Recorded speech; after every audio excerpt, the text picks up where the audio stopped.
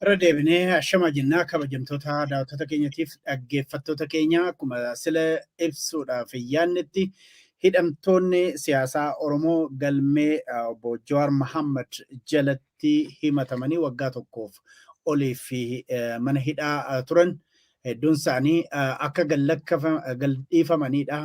Odeeffannoon Finfinneedha nu ga'u kan mul'isaatu jiru.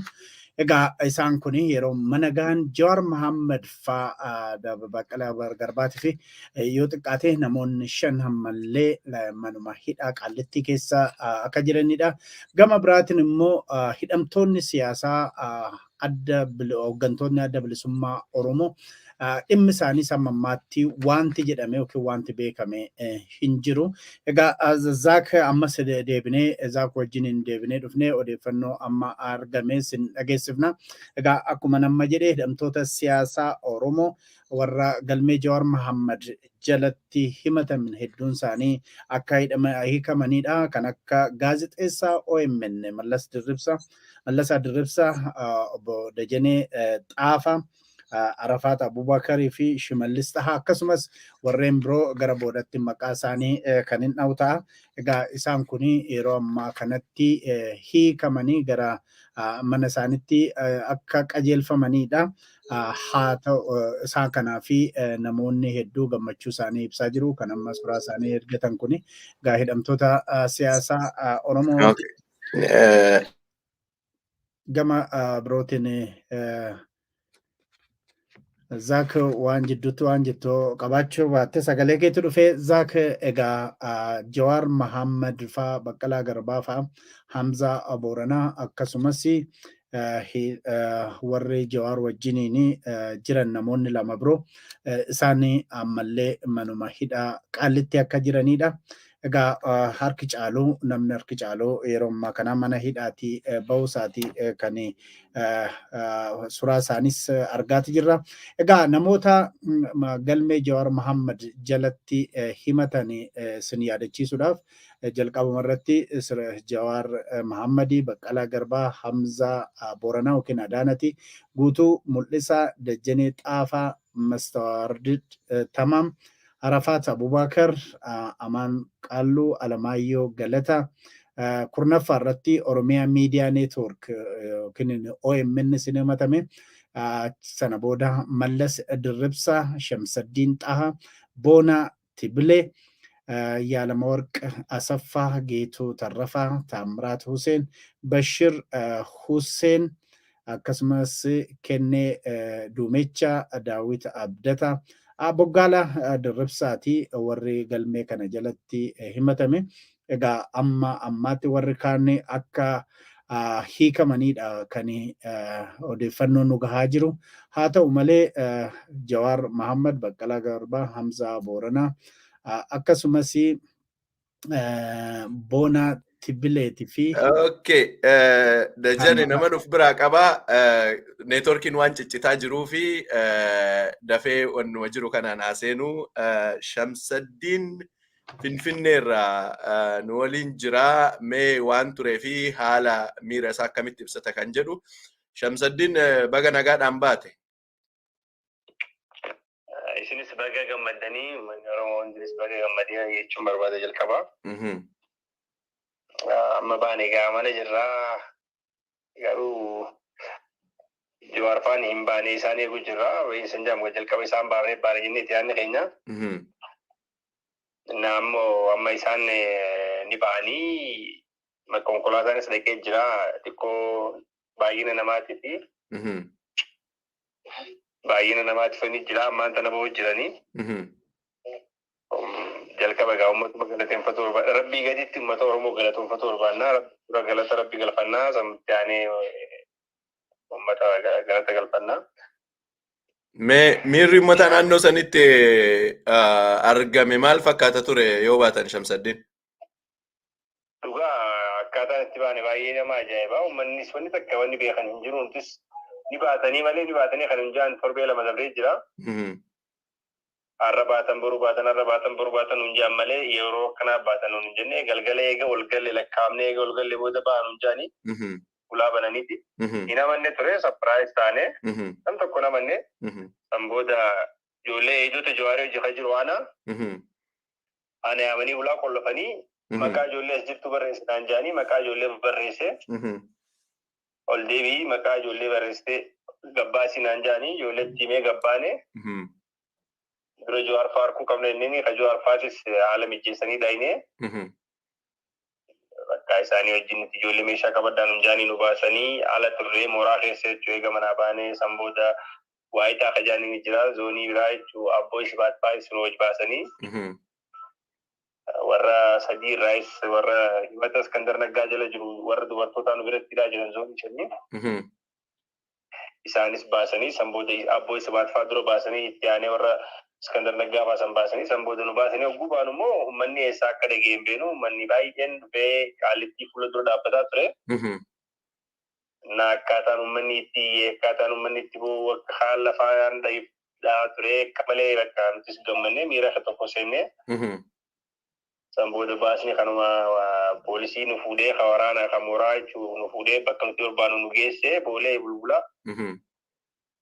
Nama mana maatii Jawaar ijoolleen eegdotaa buutee anis achitti dhufanii maatiin kiyya mana fuudhanii amma maatii wajjin jira. Mee eenyufaatu bahee eenyufaatu hafe Shamsaddin eenyufaatu bahee namoonni bahan hagamii lakkoofsaan ka bahan eenyufaatu hafe? Maqaa namoota beekamoo. Maqaa namootuma yaadattu warra bahan keessa. Farratti qabee aanaa Shamsuu taatu. Itti aanee Guutuu Mul'isaa. Amaan Qaalluu. Alamaayyoo Galataa. Mallasa Dirribsaa. Okay. Warra eegdotaa immoo Bashiir Hussein. Taamiraat Hussein. Sabbooqaa Qaaqoo.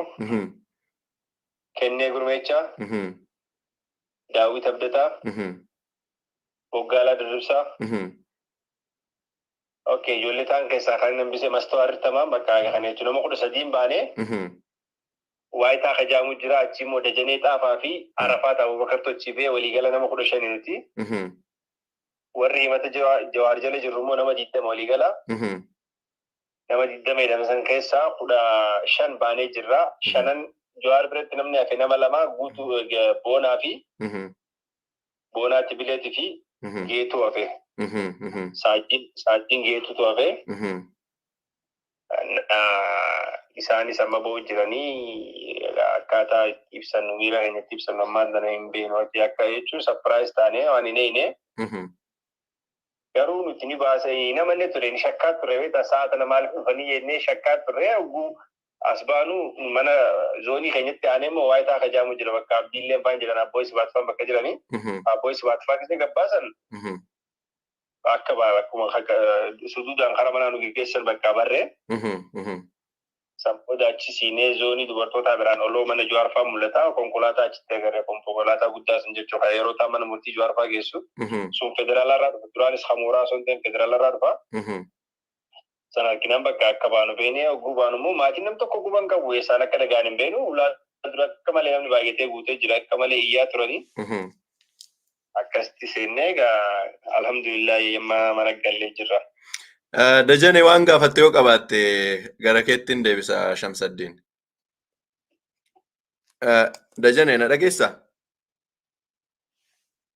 I think Dajaneen mute irra jira ta'ee hin beekne. Okay, Dajaneen bilbila kallattii irraa I think Finfinnee irratti bilbilamaa jira. Mee Shamsuddin irra deebiitii ummata Oromoo kallattiidhaan hordofaa jiru ummata Oromoo waggaa tokkoof oliif erga isin mana hidhaa seentanii kaasee gama adda addaatiin sagalee isinii dhageessisaa tureef gama adda addaatiin qaamonni galatoomaa jettuun yoo jiraate carraa kanatti fayyadamii waan jettu sirraan dhagahaa Shamsaddin. Dhugaa uummatuma hunda galateeffatu uummata Oromoo haalaa fi keessa jirullee dura Rabbiif galanni haa ga'u. Itti aanee uummata Oromootiin galatoonfatu barbaada. Uummata Oromootti aanee maatiileen galatoonfatu barbaada. Maatii hiriiree isaa yoo maqaa dheellee hedduutti tola ture nama Adaadaatii Aminaa Mahammad nama jedhamu.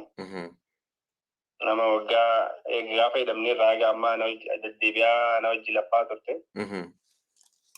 Anna ummata Oromoo baay'een galatoofadha namni jirus qaama kaan ta'uun irratti ulfaatus nama baay'ee hada deebi'aan ulaalu nama baay'ee hedduun hojjetee jiran hojii rakkate. Maqaalee dhahee fitu daddabuu baay'ee hunda isaanii walumaa galatti hunda haalaan galatoonfatuun barbaada akka maaliitti akka hundattu. Kaafee suuta deebina bal'inaan. Hayyee ani gaafilee koo xumuree jira. I think Dajaneenis dhimmuma kanaaf Dajanee yoo na dhagaa jiraatte hin beeku. I think Dajaneen dhimma kana I think nama biraa qabatee dhufuudhaaf yaalii taasisaa jira. Dhumarra kun na hafee kana jechuun qaba yoo jiraatte namoota si hordofaa jiraniif namoota si daawwachaa jiraniif carraa kana fudhadhuuti. Egaa guutuu ka ta'u hooggantoonni keenya gama adda addaatiin manneen hidhaa adda addaa jiran gaafa hiikaman jenneerra guutuusaa celebrate qaboonu achi booda wantoota jiran kallattii ilaalleetti adeemnaa dhumarratti kana jechuu qaba kun hafe ka jettu yoo jiraate itti fufi Shamsaddin. Wanni jechuu barbaadu yoo jiraate tokko qofa. Uummanni Oromoo amma hidhaarraa qabee nama lakkoofsaan lakkaa'amu malee uummanni Oromoo baane akka jirutti uummanni Oromoo mana hidhaa keessa jiranii. Amma qabee warra hooggantoota kaafaawati warri hooggantoota abaa'ollee jira. Akka Lammii Beenyaa fa'aa Abdii Raggaasaa fa'aa jira. Mikaa'el Booranfaa. Hundi isaanii tokkotti makka jiranitti warri hooggantoota abaa'otis kaafaawwatis jala warri jiran hanga qabaleetti warri jiranis hundi isaanii tokko warri jiru guututti boo qabanii Oromoo baay'inni Oromoo hagam takka geedaa jiran namni beekaa. Jawaarfatti aanee hajiru hundinuu warri kaafaawwatis warri abaa'otis hidhaadhaa ba'uu qabanii qabee qofatti gammadu miti haafillee uummanni Oromoo gaafatu qaba maaliif afaan jee bakka jiranii gaafatu qaba nuti saga dandeenya baanee jiranii falminaa fi ammarraa eegallee falminaa fi uummata Oromoo alaa fi keessa jiran ammallee irra deebiitiin hunda isaanii galateeffatu barbaada hunda isaanii. Hayyee hedduu galatoom Dajanee dhaamsa yoo qabaatte dhaamsa yookaan gaafii yoo qabaatte Shamsaddiiniif. Shamsaddiin jalqaba irratti hidhamuun sirra hin turre siisaa ta'u warri kaanii garuu mana hidhaa dhiphoo sana keessaa baga nagaan baaten siin jedha. Baga nagaan gammaddan isinis baga uummanni Oromootis baga gammaddan. Gaariidha gaatu fixxeerta amma uummanni Oromoo kan mana hidhaa keessa jiru hundumtuu bahutti gammachuun Oromoo guutuu akka hin taanedha kan ati dubbattee kana caala wantan jedhu hin jiru amma har'a mana hidhaatii baatetuyyuu kana caala baay'ee sin dadhabsiifnu egaa yeroo gaarii qabaadhu gara fuulduraatti bilisummaadhaan akka jiraattu Rabbi si haa gargaaru Oromoo hundumaa gargaaruun jedha. Amin isinillee galatooma uummata Oromoo hundaanuu baga gammaddanii jaanarra deebi'eeti. Abeetis gammannee haafetti immoo itti qabsaa'uu qabna ammallee irra deebi'eetiin jaa uummanni Oromoo warra hafe irra deddeebi'ee gaafachuu qaba. Hundinuu akka wal faana ba'anii. Annaa galatoomaa isinis warri OMN. Hello Batul. Hayyee hedduu galatooma nama biraattu laayinarra jira gara since'a hayyee Shamsadduun galatooma. Egaa akka zaakii sirkaan fuudhaa yeroo hidhamtoota siyaasaa Oromoo yaannu yeroo hundumaa dugda duuba kan jiranii motorii ta'anii dhimma isaanii kan ordofanii halkanii guyyaa abukaatota yookiin abbootii seeraa Oromoo jiru isaan keessaa kan otoo haqa hidhamtoota siyaasaa Oromoo duwwaa otoo hin taane saba biraatiif otoo falmuu kan yeroo ammaa haqa dhabee jiru Abdul-Jabbaar Hussein yaadannaa yeroo hundumaati. Mee kanumaaniin gara abukaatota seeraa abukaatota hidhamtoota siyaasaa yeroo ammaa kana jabaatanii jala bu'anii waan kana hordofaa jiranii obbo keessaa tokko obbo Tuulii Baa'isaati. Obbo Tuulii Baa'isaa karaa bilbilaatiin laayinii irra jiru zaak obbo Tuulii Baa'isaa baga nagaan dhufteen jedha mee maal nutti himta har'a? Baga nagaan na eegdanii booda jenne hooggantoonni mana hidhaa jiranii inni kamuu jecha oduu erga dhageenye gara torbee 3 ga'ee jira. Isa kanaaf deddeebilee gaafachaa turre waan tokko dhagaa'aa turre. Nuti dubbii kun deebee gara boodaarra ture jennaan xiqqoo qalbii nu qabee ture haa ta'u malee ayyaana kanarratti waan tokko dhageenya jennee eegaa turre akkuma kanaan eegnu irra gara galgalaa erga lafti dhiyeetii akka isaan gadhiifaman isaan keessumaa hooggantoota kaafaa akka ta'an kan galmee obbo Johaar Mahammed jala jiran akka isaan gadhiifaman gara galgalaa kana dhageenye jiranus maatii isaanii irraati. Haaluma kanaan akkuma isinis argitanii namoota sadii irra kanas warri kaanii gadi ba'anii jiru jechuudha. Namoota sadii obbo Johaar, obbo Baqqalee, obbo Hamzaa kan ba'anii jirani. Kun haa ta'u jalqabbiidha. Ammayyuu namooti baay'ee jafee jira. Namni mana hidhaa keessa jiru, inni kaan mana hidhaa beekamaa keessa jira, kaan mana hidhaa beekamne keessa jira. Inni kaan himatamee jira, kaan otoo himatamee jira. Inni kaan itti murtaa'ee jira, inni kaan akkasumaan mana hidhaa adda addaa, waajjira poolisii adda addaa bakka namni beekuuf, bakka namni hin beekne, bakka namni arguu namni naqaneeti jira. Namoota hedduutu mana hidhaa keessa jira. Keessumaa ammoo namoota bebbeekaman keessaa kallattii warra hooggantoota ABO'tiin kan jiru. Isaanis ni hiikamu oduun jedhu ture. Gaafa duraa akka dhageenyetti garuu haa ta'u malee har'a miidiyaa mootummaatiinis kan keessatti waa'een isaanii hin kaane sochiin isaan gallakkisuudhaaf deemames hin taane kanneen akka Koloneel Gammachuu Ayyaanaa fa'aa kan akka Jaalabdii Raggaasaa fa'aa isaa wajjin qabatee namoota baay'eetu jira. Inni kun egaa haa ta'u duruma hidhamuu qaban turanii namoonni kun akkuma duraan dubbachaa turre warri Jawaar fa'aas mana murtiitti kan ibsaa turan.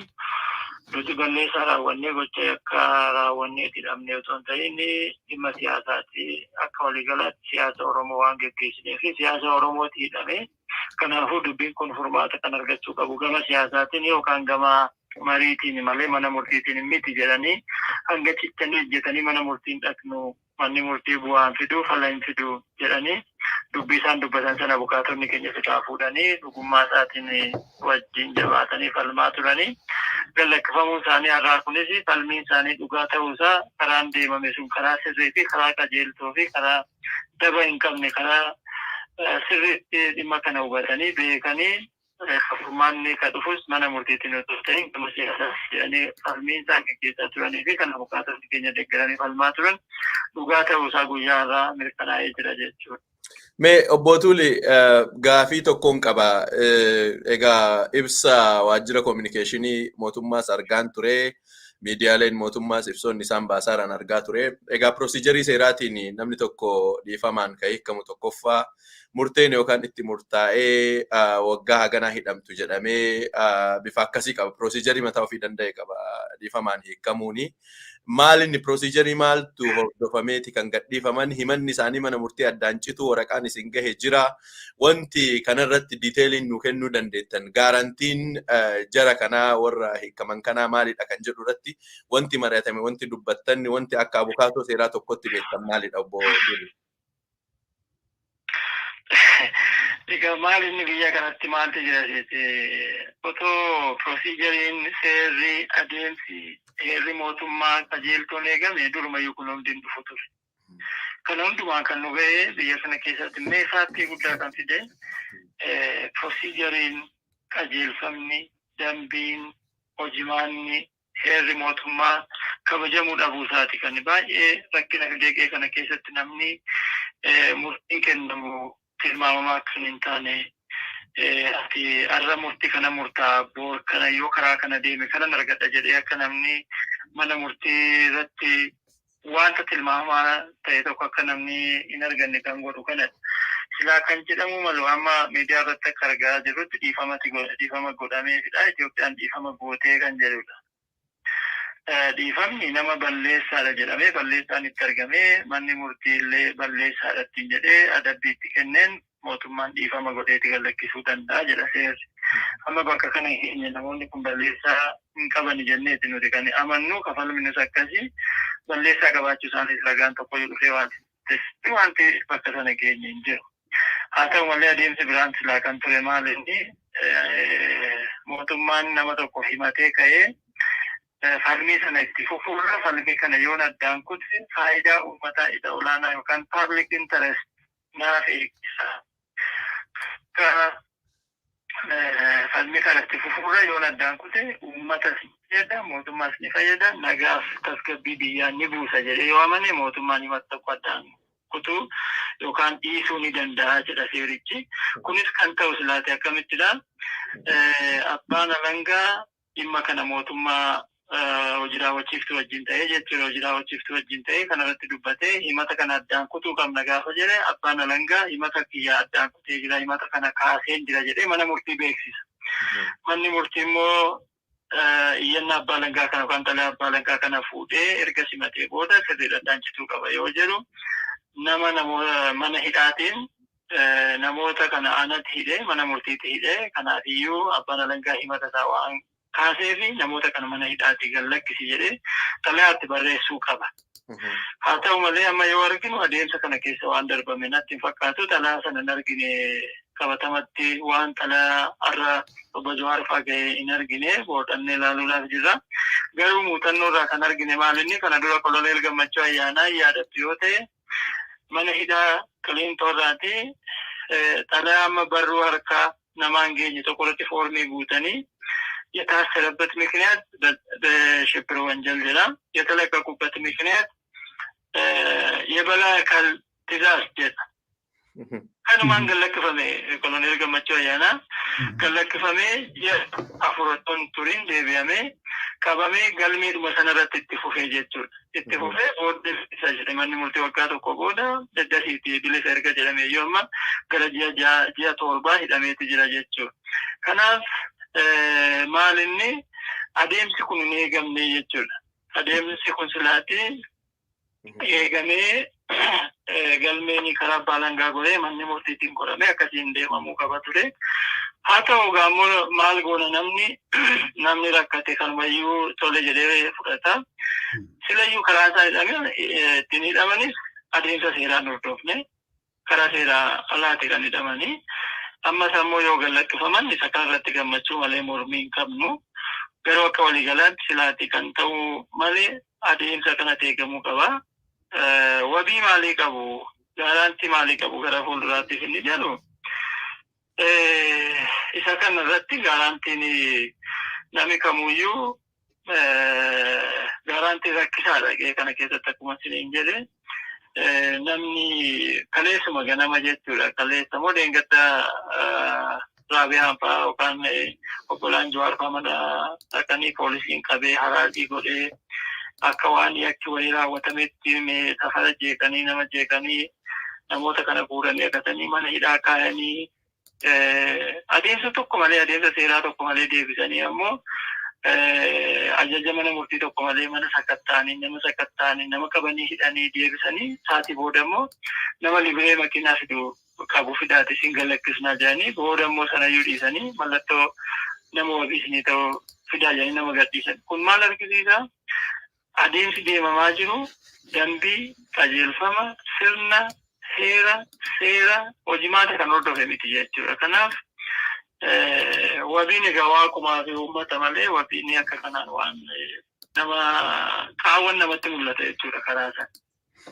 Egaa mee gara hidhamtootaatiin yeroo tokko gama kaadirotaatiin wanti adda addaa dhagahamu jira. Gama hidhamtootaatiin wanti gaafatame nuti kana balleessinee irra dhiifama jedhanii wanti isaan barreessan wanti isaan gaafatan akka abukaatoo seeraa tokkotti wanti beektan jira obbo Tuuli? Lakki gonkumaayyuu miti galmee obbo Jawaar fa'aarratti galmee biraarratti iyyuu namni tokko namni ani balleessaan qaba dhiifamni naaf haa godhamu jedhee namni nuti bakka buunee falminu tokko iyyuu namni ani balleessaa qaba jedhee namni dhiifama gaafate tokko iyyuu hin jiru bakki. Hayyee angara kiyyaan fixee jira dajana yoo. Hayyee gaarii dhagaa waan dabballeen karaa adda addaatiin hoofaa jiru dhugaa jirtu. Abukaatoo warra hidhamtoota siyaasaa Oromoo irraa dhageenye. Obbo Tuulimmee simbira jira galmeen isaaniiti jarri kun warri har'a gallakkifaman eenyu fa'i walumaa galatti warri galmee kana jalatti himatan eenyu fa'i sana tokkicha nutti himtanii kan maan gallakkifaman. Baay'ina isaanii nama warra galmee kanarratti himataman hunda barbaadanii. xiqqoo daqiiqaa tokko dhiifama wajjin bini himuun danda'a galmee kanarraa akka walii galaatti nama 24dha kan jiru kan himatame jechuudha tokkoffaan obbo Jawaar Siyaad Mahammed lammaffaan obbo Baqqalee Garbaati sadaffaan Hamzaa Adanii yookaan Hamzaa Booranaati afuraffaan Guutuu Mul'itaati shanaffaan of course Obbo Dajanee Xaafaati Jaffaan Mastawaalil Tamaamidha torbaffaan Arafaat Abubakar saddeettaffaan Amaan Kalluu saglaffaan Alamayyoo Galataati kurnaffaan OMN yookaan Oromiyaan Miidiyaa Neetwoorkiidha ittaanee Mallas Dirribsaati ittaanee Shamsaddiin Tahaati ittaanee Boonaa Tibbileeti kaan warri kanaa gadi jiran dhiifama naafaa godhanii gulantaa qabu gara akkasumatti ayyaama Jaalam Warqa Taffaa Geetuu Sarrafee Tamraat Huseen Bashir Huseen Sabbooqaa Sabbooqaa Qaaqoo Kennee Duumechaa Daawit Abdataa Boggaalee Dirribsaa Dr. Zakkaayee Araarsaa Dr. Birhaana Masqal Waggaarii kana keessa kan jiranii isaan kana keessaati egaa warri mana murtiitti hin dhiyaatin ala jiru warri dhiyaatan keessa amma kan hin bahin obbo Jawaar obbo Baqqalee fi obbo Hamzaadha kan guyyaa irraa gallakkifamanii jiru jechuudha galatti Obbo Tuli Dajanee inni irraanfatammoo keessatti isaaf dhiifamni hin godhamne. Sana argine obbo Dajanee baasiisa jettee to'atu himata akka yoo ta'e hundumaa wajjin karaa. Egaa Dajaneedhaan kongiraa jechuudhaaf yeroon hin genne jechuudha Dajaneen. Baga gammadde jedheera Dajaneedhaan fi dooktaroota keenya warra ala jiranii baga gammadannaa jedhaan hedduu galatoomaa gammachuun keenya guutuu kan ta'u hidhamtoonni siyaasaa Oromoo hundumtuu bahanii tokko lama toon taane gara Oromiyaa keessatti hedduutu kumaantamaan kan lakkaa'amantu hidhamee jira. Oromiyaan mana hidhaa guddoo warri jarri kun keessaa hiikaman immoo mana hidhaa xiqqootti akkasitti waan laalamuuf warri hidhaa jiran hundumtuu yeroo mana hidhaa keessaa bahanii Oromiyaan namni Oromoo fi Oromiyaan bilisaan socho'uu danda'aniif mirga isaanii argatan gammachuun keenya guutuu ta'a. Maalumaafuu hedduu galatoomaan siniin jedha waan gammachuu keessan ibsitaniif. Fayyaasaa bota jennanis waanuma tokko jechuun barbaada namni kan dagachuun qabne maalinni namni hidhamee mana hidhaa jiru garmalee kan hidhame jechuudha karaa sirrii hin taaneen karaa jallina ta'een keessumaa ammoo kan baay'ee nama dhukkubsu namoonni hedduun mana murtiitiin bilisa jedhamanii mirgi wabii isaanii eegamee fi irra darbeeyyuu immoo abbaan alangaa namoota kana wanti himachiisu hin jiru namoonni kun qulqulluudhaan himatu jedhee erga galmee isaanii cufeeti waggaa tokko ol kan darban bakka maatiin isaaniillee sirriilee baasollee dubbisuu hin dandeenyetti kan hidhamanii baay'ee giriirfaman namoota baay'eeti jira kan namni maqaa isaanii beekuuf hin beekne kan iddoo isaan jiran namni beekuuf hin beekne hedduuti jira namoonni har'a hidhaman kun illee hidhamuun malee yeroon darbe kun yeroo mana hidhaa keessatti isaan dabarsan kun baay'ee yeroo miidhaadha isaaniifis maatii isaaniitiifis namoota isaan duukaa rakkachaa turaniifis kanaaf haa ta'u jenneetuma gammadna malee namoonni kun durumarraa jalqabumarraa hidhamuu namoota malleedha ammoo erga isaan ba'anii achumatti dhaabbachuu hin qabu namoonni seera malee garmalee karaa malee hidhaman hundinuu duguugamanii ba'anii hundinuu nageenyaaf tasgabbii biyya kanaa keessatti qooda isaanii akka isaan fudhatan gahee mataa isaanii akka isaan ba'an biyya kana guddisuu biyya kana ijaaruu keessatti biyyi kun kan nama muraasaa miti kan nama hunda biyya kanatti dhalatee biyya kana jiraatuuti kanaafiyyuu isaan kana namni warri bahanis inni dura jirus inni kaanis wal gargaaree namoonni mana hidhaa keessatti hafan kun hundinuu duguugamanii bahanii akka isaan guddinaa fi maacha akka isaan godhan namni hunduu waliin dubbachuu qabaa waliin wal gargaaree harka wal qabatee wal mari'atee mootummaanis akkuma jalqabeeni hamma goodaatti hamma gandaatti hamma aanaatti gadi bu'ee namoota garmalee hidhamanii jiran kana gallakkisee sana boodayyuu ammoo gara marii waliigalaa gara marii bal'aa nagaaf tasgabbii biyya kanaa buusuuf itti yoo hin deemne nama muraasa mana isaatii gadhiisuun qofti furmaata guddaa yookaan fala fullaa kan fidu akka hin taane namuu beekuu qaba jechuudha. Hayyee obbo Tulii Baayisaa abukaatota seeraa hidhamtoota Oromoo keessaa tokko kan taatanii yaada bal'aa nu kennitaniif hedduu galatooma. Egaa yeroo biraas walitti deebina jedhee abdii qaba. Ammaaf yaada nu kennitaniif hedduu galatooma. Egaa Dajanee atis baga gammaddee maqaa kee dura dhageenye OMN yoo hiikameera jenneetuma akkasumatti fudhannaa.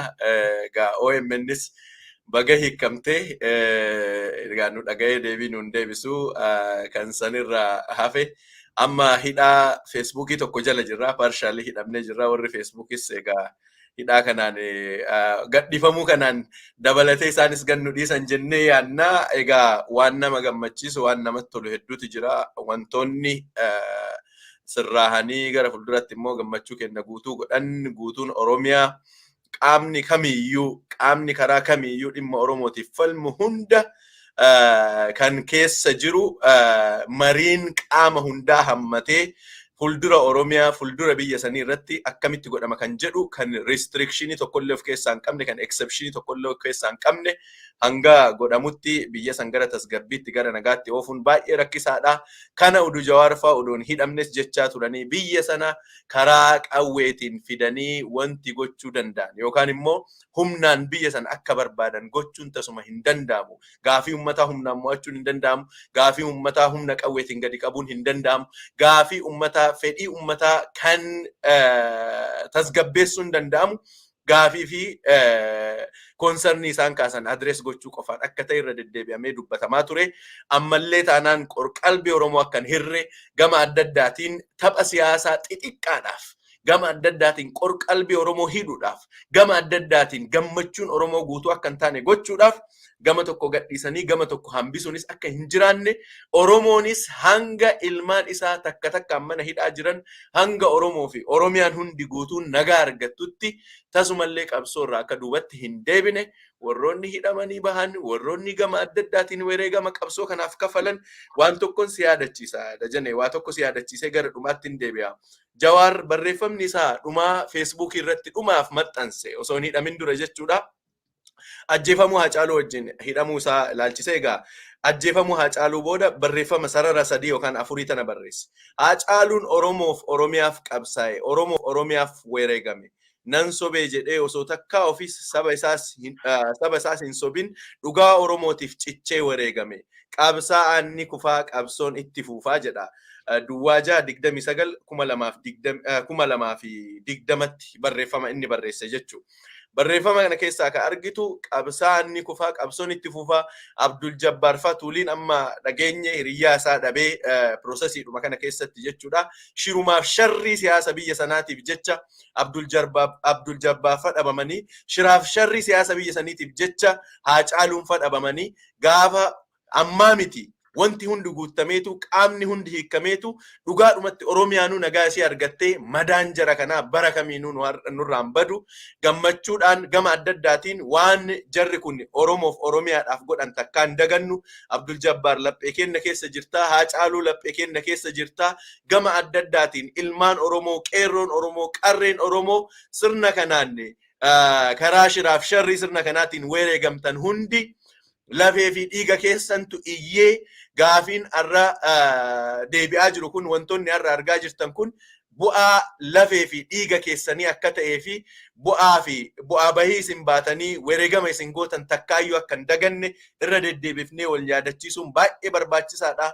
Abdul Jabbaar haqa nurraa qaba. Haacaaluun haqa nurraa qaba. Haqa isaanii baasuun gumaa isaanii baasuun kan Oromoo hundaa akka ta'es haqni isaanii gumaan isaanii bahee Oromoo fi Oromiyaan guutuun gaafa nagaa argattu nu hundi kennayyuu hirriba nagaa rafuu dandeenya. Madaan isaanii garuu yoomiyyuu kan nurraa hin banne ta'uu yaadachiisuun baay'ee barbaachisaadha jedhee yaada Dajanee.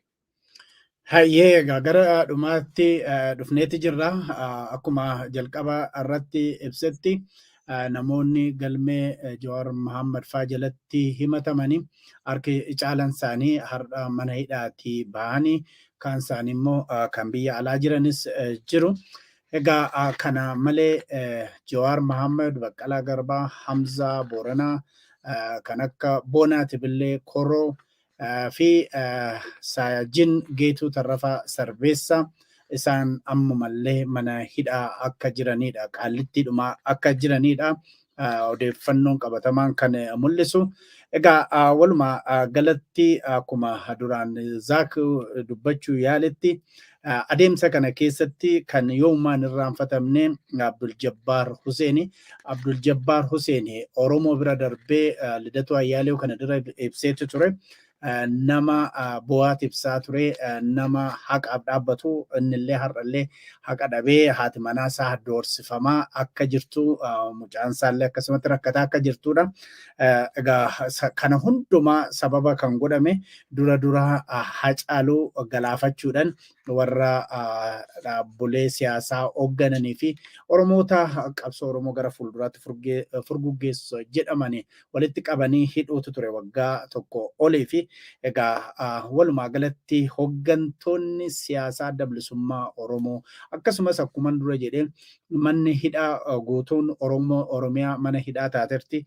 Amma suni hundumtuu hiikamuutu Oromoon gammachuunsaa guutuu hin ta'u.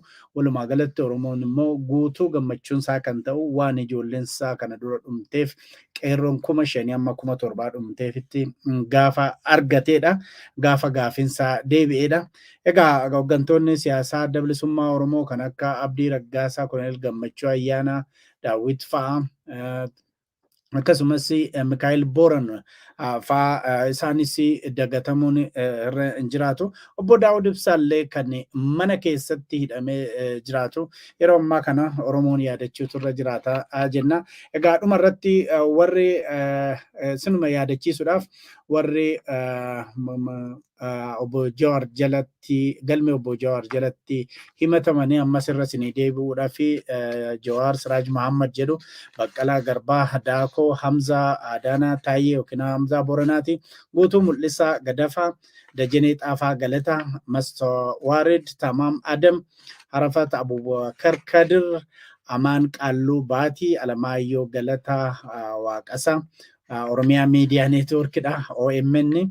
Akkasumas ana mataa kiyya Dajanee Guutamaa iddoo hin jirretti jedhanii Mallasaa Dirribsaa Furgaasatii, Shamsaddin Xahaa Mahammad, Biraana Masqal Abbaa Sanyii, Dr. Biraana Masqal Abbaa Sanyii iddoo hin jirretti, Dr. Tsaggaayee Araarsas iddoo hin jirretti, Boonaa Tibilee Koroo yeroo ammaa kana innis Jawaar faana hin baane mana hidhaati.